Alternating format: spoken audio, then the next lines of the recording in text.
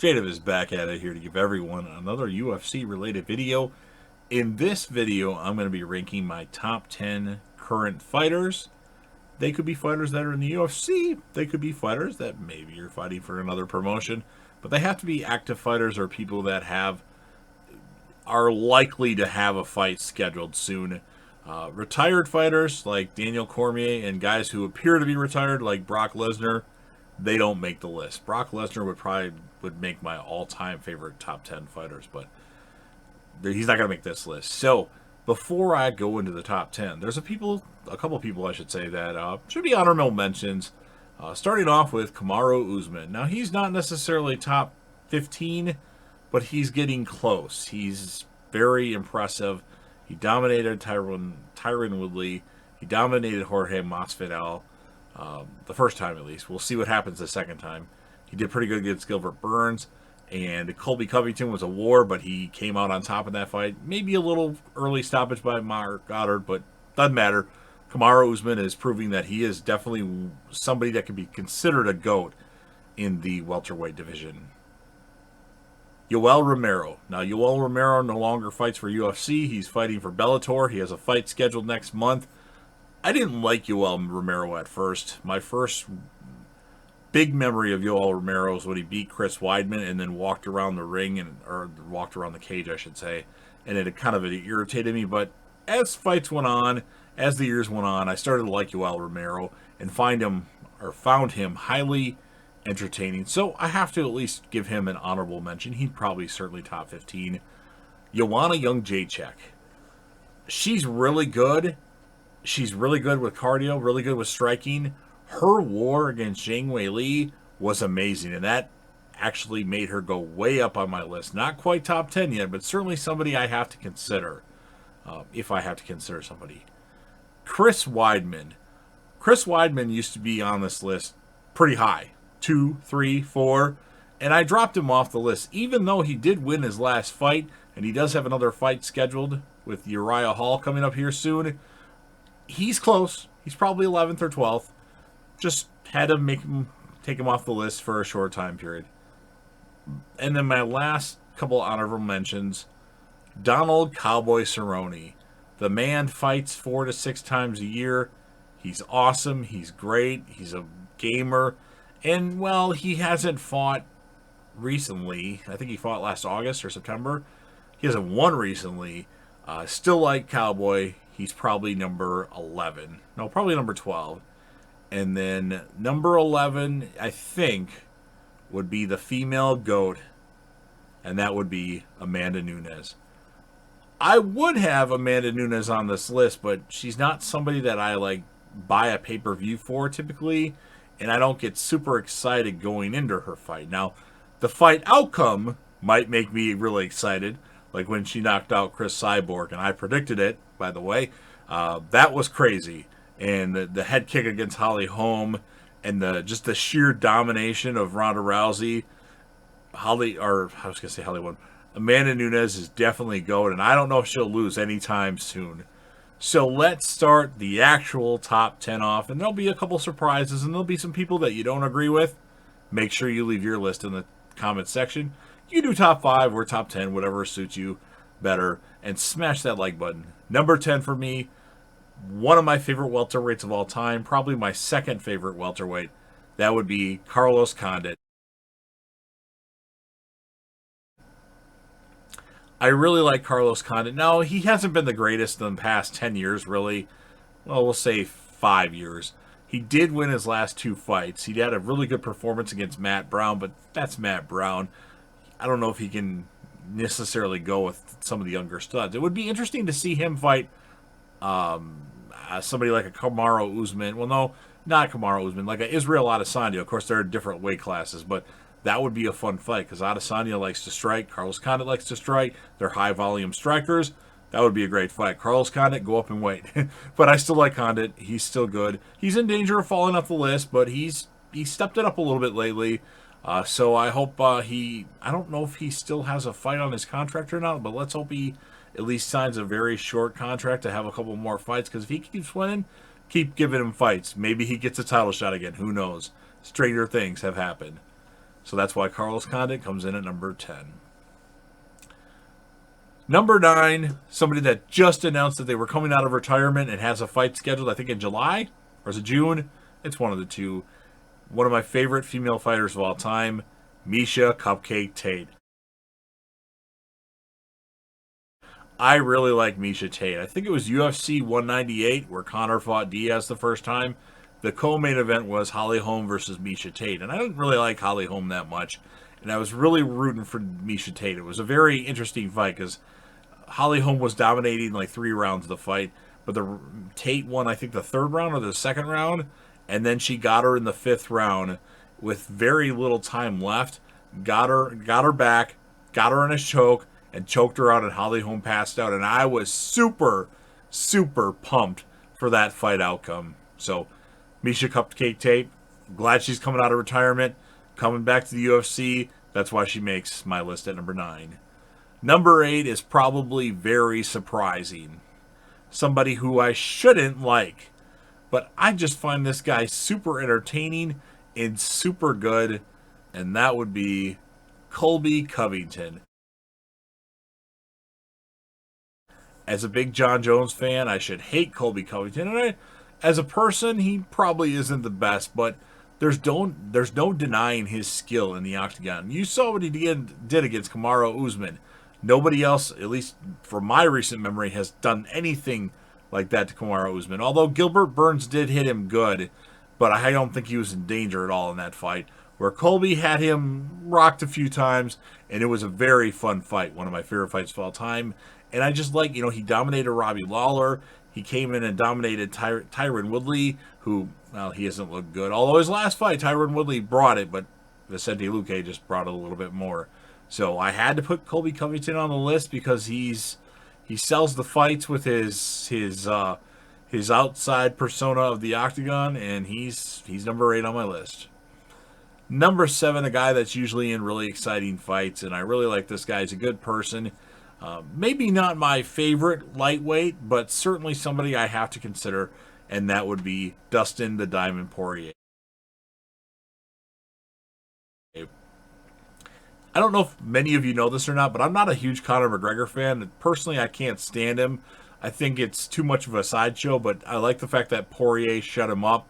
Now, of course, he's talking again with the whole charity stuff, but Poirier is really good. He puts on great fights. Look at the fight he had against Justin Gaethje, his fight against Eddie Alvarez, his fight against Max Holloway that he dominated, and then Holloway came back a little bit. Fun fights. His fight against Dan Hooker. His fight against Khabib Nurmagomedov wasn't as exciting, but that's because Khabib is just fucking awesome, and nobody really stands a chance against that guy. So, Dustin Poirier, former interim lightweight champion of the world, that's why he comes in at number 7. Number 6, not necessarily the best fighter, but a guy that fights all the time, just like Donald Cowboy Cerrone. He's fought twice in the last month now, and lost both times because he keeps getting taken down and beat up on the ground, and that would be Kevin Holland.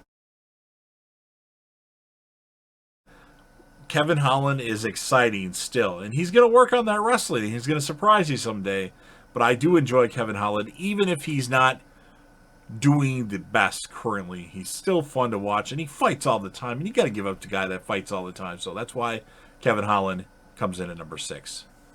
Number 5, a guy who just won a fight not too long ago, a fight that he was predicted to lose in, knocked out Curtis Blades, just like I predicted, and that would be the Black Beast, Derek Lewis.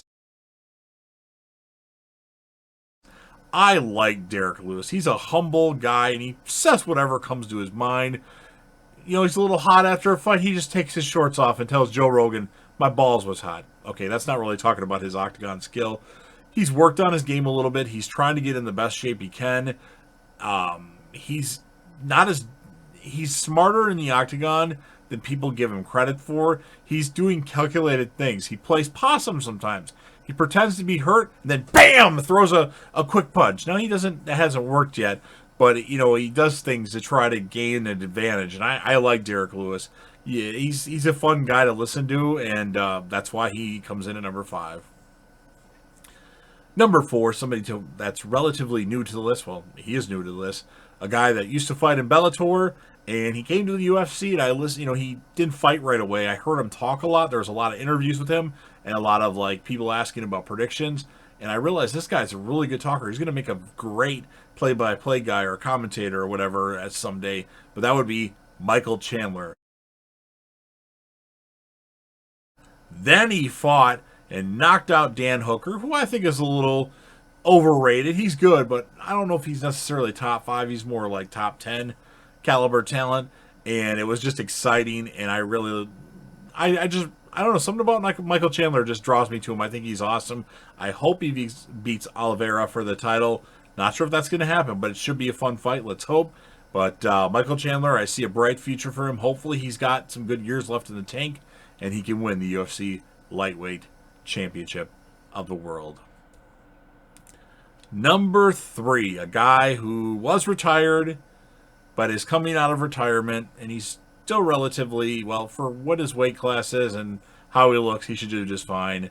He's with Bellator now, and he's actually fighting Yoel Romero in May, and that would be Anthony Rumble Johnson. Now, aside from his fights against Daniel Cormier, I've seen Anthony Johnson knock everybody out, and it's been damn impressive, at least in the light heavyweight division. I didn't see him fight when he fought at welterweight, but Anthony Johnson is a spectacular fighter. He knocks people out. He's vicious. What he did to Glover Teixeira was amazing, and he is awesome. Now, I don't know how good he'll be. He was like almost 300 pounds, and now he's lost a lot of weight again. Let's hope he still has the talent that he had before, but that's why Anthony Rumble Johnson is number 3 on my list. Also, that fight between Yoel Romero and Anthony Rumble Johnson, that could be one hell of a fight. Maybe. I don't ever see Yoel Romero get knocked out, and Rumble Johnson loves to stand up and knock people out. So they might go toe-to-toe, and that could be a Fight of the Year candidate. I'm sure it won't necessarily be, but it could be. Anyway, number 2, my favorite lightweight of all time, the man that was just the interim lightweight champion of the world. He has entertaining fights. His fight against Michael Johnson, his fight against Eddie Alvarez, his fight against Dustin Poirier, his fight against Tony Ferguson. Of course, I'm talking about Justin the Highlight Gaethje. Justin Gaethje is awesome. His leg kicks, his punches, he comes in the octagon to throw down, and he people don't give him credit. It's Khabib. They say he looked terrible. I thought he looked really good. Khabib just put an enormous amount of pressure on Gaethje, but Gaethje was kicking him and punching him too and connecting. And Khabib even said that this guy hits harder than anybody. So Gaethje, despite the loss against Khabib, I still like Justin Gaethje. I think he has at least 5 spectacular fights left in him, and let's hope that he may fight Conor McGregor in January. Let's hope he may fight Conor McGregor in July if that Poirier-McGregor 3 fight falls through, which it sounds like it may do. I don't think it will fall through, though. I think they'll eventually fight. But I want to see Justin Gaethje knock Conor McGregor out. That would be exciting. Of course, I'll give it to Conor. It could go the other way, too. But Justin Gaethje definitely comes in at number 2 for me. I was excited as hell when he won that interim lightweight championship of the world. And I gave it, at least him and Khabib, they showed each other respect after the fight. And you don't see that as much in MMA anymore. So Justin Gaethje, my number 2. And, of course, there's no suspense here. Everybody knows who my favorite fighter of all time is. It hasn't changed. It hasn't changed since I started becoming an MMA fan. That would be, of course, Jon Bones Jones,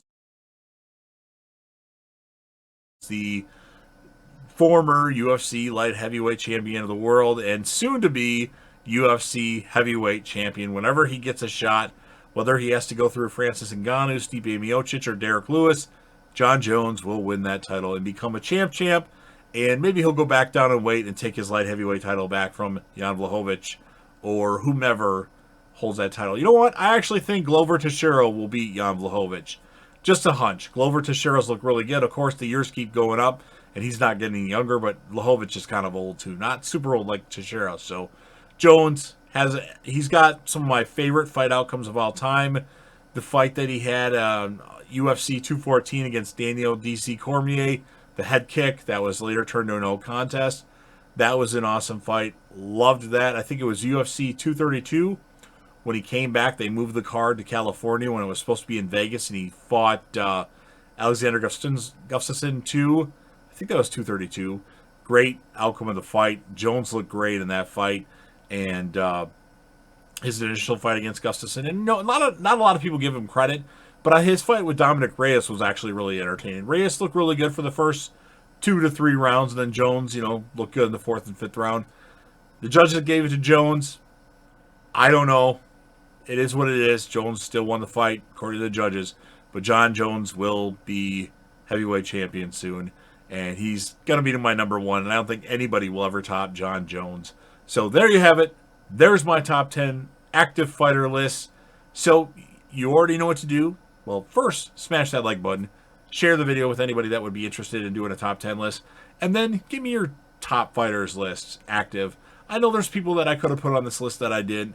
Like Max Holloway. He should have been an honorable mention as well. But you know what it is. I could only have 10. So I had to choose the 10 that I liked the most. And I liked Misha Tate more than Max Holloway and Colby Covington more. And Carlos Condit. Although Condit probably shouldn't have made the list. But I just like Condit so much. So I get really amped up when he fights. So again, leave me your top 5, top 10 fights in the comment section. Or anything UFC related. Or you can talk about the Bellator card. I don't know a lot about Bellator. And last but certainly not least, don't forget to hit that sub button, subscribe to the channel, join the team, show your damn support, and be a part of something special. And JDev will return.